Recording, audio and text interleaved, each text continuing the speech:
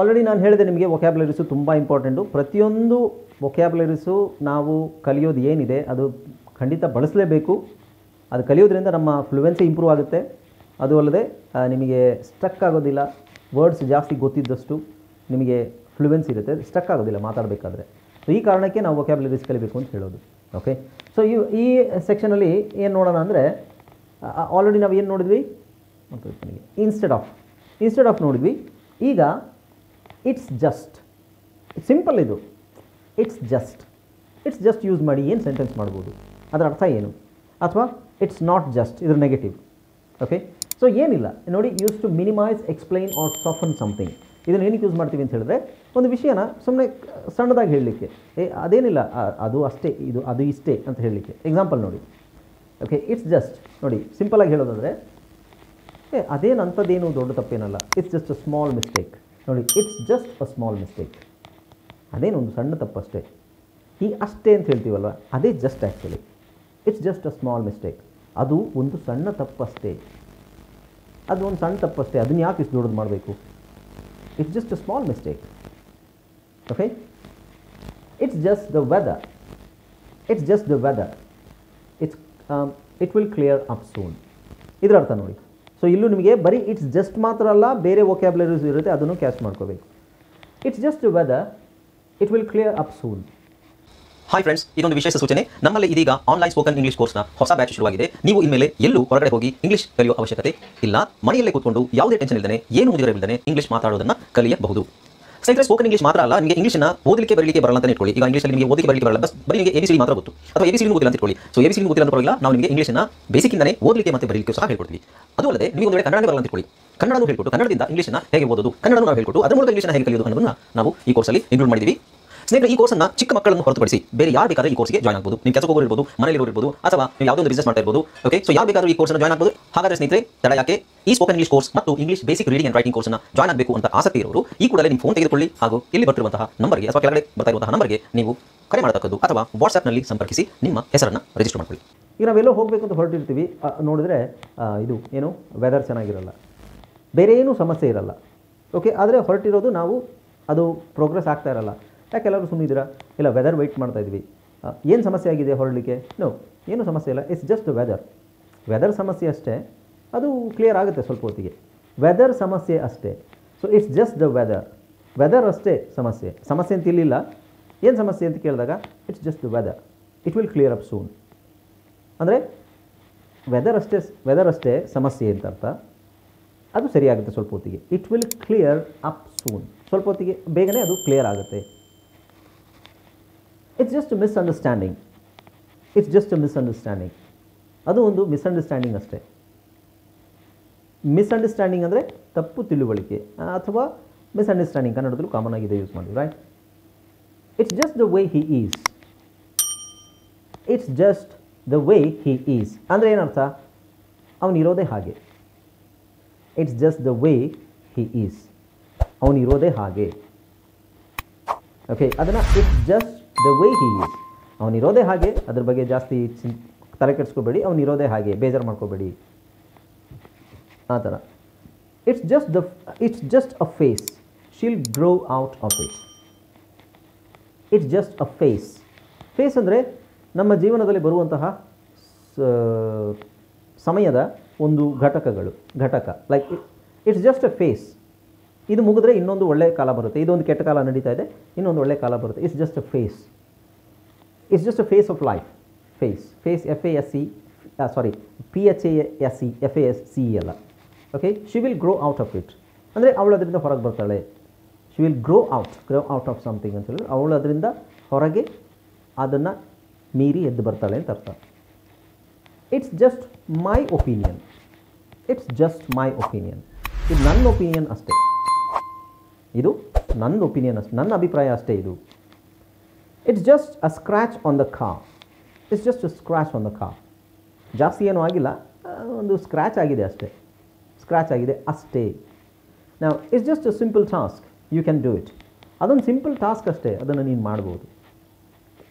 It's just bad luck, ಅದು ದುರದೃಷ್ಟ ಅಷ್ಟೇ.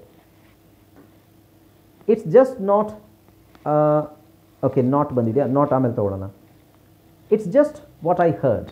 I am not sure. ಅದು ನಾನು ಕೇಳಿಸ್ಕೊಂಡಿದ್ದಷ್ಟೇ, ಬಟ್ ನನಗೆ ಗ್ಯಾರಂಟಿ ಇಲ್ಲ. It's just what I heard. What I heard, ನಾನು ಕೇಳಿಸ್ಕೊಂಡಿದ್ದಷ್ಟೇ, ನನಗೆ I am not sure about that. Okay, it's just two expensive right now. It's just two expensive right now. ಯಾಕೆ ಅದನ್ನು ತಗೊಳ್ಳಲ್ವಾ, ಏನಾಯಿತು? ಇಲ್ಲ, ಸದ್ಯಕ್ಕೆ ಅದು ಸ್ವಲ್ಪ ಎಕ್ಸ್ಪೆನ್ಸಿವ್ ಅಷ್ಟೇ. ಅದು ನನಗೆ ಎಕ್ಸ್ಪೆನ್ಸಿವ್ ಆಗಿ ಅನಿಸ್ತಾ ಇದೆ, ಅದೇ ಕಾರಣ ಅಷ್ಟೇ. ಎಕ್ಸ್ಪೆನ್ಸಿವ್ ಅಷ್ಟೇ, ಅದು ಆಮೇಲೆ ನೋಡೋಣ. It's just two expensive right now. ಈಗ ನನ್ನ ಹತ್ರ ದುಡ್ಡಿಲ್ಲ, ಬಟ್ ಅದು ನನ್ನ ಹತ್ರ ತುಂಬ ಎಕ್ಸ್ಪೆನ್ಸಿವ್, ತುಂಬ ದುಬಾರಿಯಾಗಿದೆ, ಹಾಗಾಗಿ ನಾನು ತೊಗೊಳ್ತಾ ಇಲ್ಲ. It's just A trial version. ಅದು ಟ್ರಯಲ್ ವರ್ಷನ್ ಅಷ್ಟೇ. ಟ್ರಯಲ್ ಅಂದರೆ ಸುಮ್ಮನೆ ನಾವು ಟ್ರಯಲ್ ಮಾಡಿ ನೋಡಲಿಕ್ಕೆ ವರ್ಷನ್ ಅಂದರೆ ಗೊತ್ತಲ್ಲ ಎಲ್ಲರಿಗೂ, ಸಾಫ್ಟ್ವೇರ್ದಾಗಲಿ ಅಥವಾ ಯಾವುದಾದ್ರೂ ಒಂದಿದೆ. It's just for today, not for ever. ಇದು ಇವತ್ತಿಗೆ ಮಾತ್ರ, ಇವತ್ತಿಗಷ್ಟೇ. ಇದು ಎಂದಿಗೂ ಅಲ್ಲ, ಯಾವತ್ತಿಗೂ ಇದನ್ನೇ ಅಲ್ಲ, ಇವತ್ತಿಗಷ್ಟೇ. ಅದು ಇವತ್ತಿಗಷ್ಟೇ. It's just for today. Okay, so ಈಗ ಇದು ನಾವು ಜಸ್ಟ್ ಫಾರ್ ಆಯ್ತಲ್ವಾ, ಇದರದ್ದು ನೆಗೆಟಿವ್ ನೋಡೋಣ. There are 25 sentences, you can go through that. ಈಗ ಇದು it's not just. It's not just ಅಂದ್ರೇನು? ಅದಷ್ಟೇ ಅಲ್ಲ ಅಂತ ಅರ್ಥ. ಅದಷ್ಟೇ, ಇಟ್ಸ್ ಜಸ್ಟ್. ಇದು ಅದಷ್ಟೇ ಅಲ್ಲ, ಇನ್ನೂ ಏನೋ ಇದೆ ಅಂತ ಅರ್ಥ. ಹೌದಾ? Let's see that.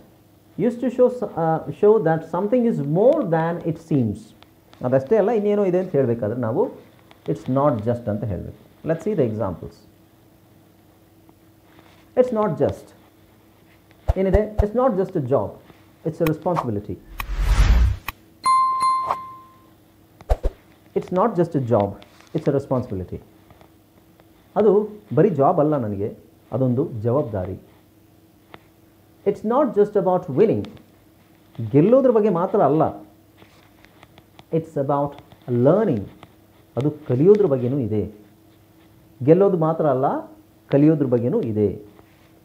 It's not just me, others feel the same. ನಾನು ಮಾತ್ರ ಅಲ್ಲ, ನಾನಷ್ಟೇ ಅಲ್ಲ, ಬೇರೆಯವ್ರಿಗೂ ಇದೇ ಅನುಭವ. ಬೇರೆಯವರು ಇದನ್ನೇ ಅವರಿಗೂ ಇದೇ ಫೀಲ್ ಆಗ್ತಾ ಇದೆ. ಅದರ್ಸ್ ಫೀಲ್ ದ ಸೇಮ್, ಬೇರೆಯವ್ರಿಗೂ ಇದೇ ಫೀಲ್ ಆಗ್ತಾ ಇದೆ. ನನಗೆ ಮಾತ್ರ ಅಲ್ಲ. ಏನೋ ಫೀಲ್ ಆಗ್ತಾ ಇದೆಯಲ್ಲ, ನಿಮಗೆ ಮಾತ್ರ ಫೀಲ್ ಆಗ್ತಾ ಇದೆ ಅಲ್ಲ, ನನಗೆ ಮಾತ್ರ ಅಲ್ಲ. ಇಟ್ಸ್ ನಾಟ್ ಜಸ್ಟ್ ಮೀ, ನಾನು ಮಾತ್ರ ಅಲ್ಲ, ಬೇರೆಯವ್ರದ್ದು ಇದೇ ಅಭಿಪ್ರಾಯ. It's not just one mistake, ಒಂದು ಮಿಸ್ಟೇಕ್ ಮಾತ್ರ ಅಲ್ಲ ಅದು. It's been happening often. It's been happening often ಅಂದರೆ ಅದು ಆಗಾಗ ಆಗ್ತಾ ಇದೆ, ಆಗಾಗ ಆಗ್ತಾ ಇದೆ. It's been happening often. Often ಅಂದರೆ ಆಗಾಗ, ಹ್ಯಾಪನಿಂಗ್ ಆಗ್ತಾ ಇದೆ. ಏನಿದೆ ಅಲ್ಲಿ? It's not just one mistake. ಒಂದು ತಪ್ಪು ಮಾಡಿದರೆ ನಾನು ಕ್ಷಮಿಸ್ತಿದ್ದೆ, ಬಟ್ ಇದು ಆಗಾಗ ಮಾಡ್ತಾ ಇದ್ದಾರೆ, ಅದನ್ನು ಒಪ್ಕೊಳ್ಳೋಕ್ಕಾಗಲ್ಲ. It's not just your fault. It's not just your fault. We all made errors. ನಿನ್ನ ತಪ್ಪು ಮಾತ್ರ ಅಲ್ಲ,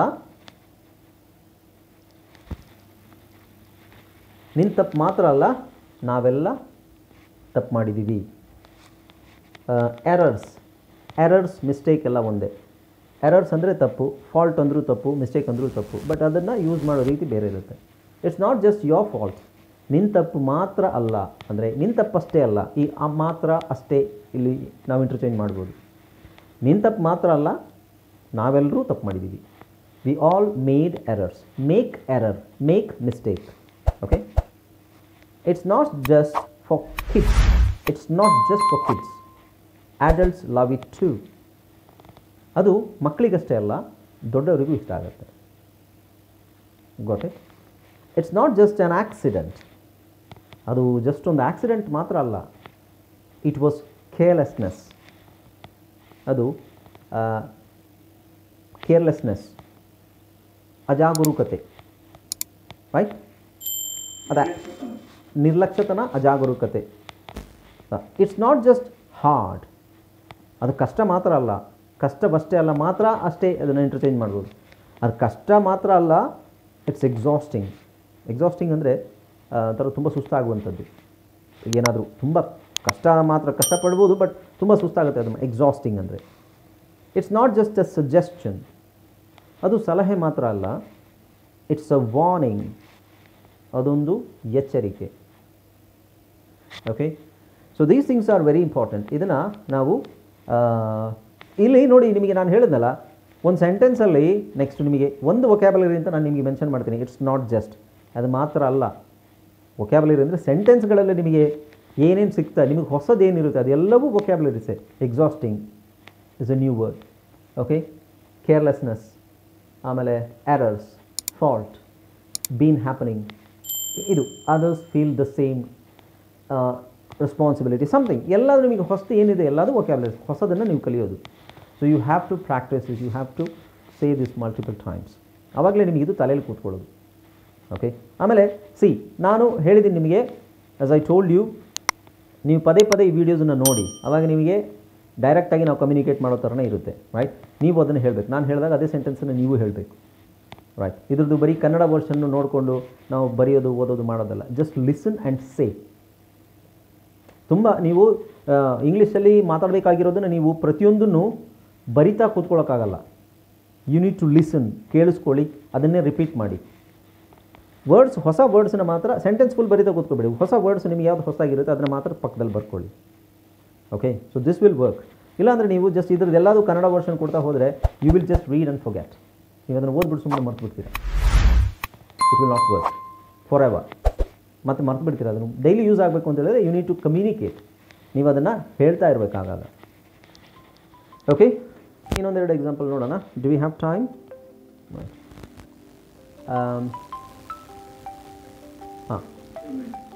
it's not just a project. ಅದು ಬರೀ ಪ್ರಾಜೆಕ್ಟ್ ಅಲ್ಲ.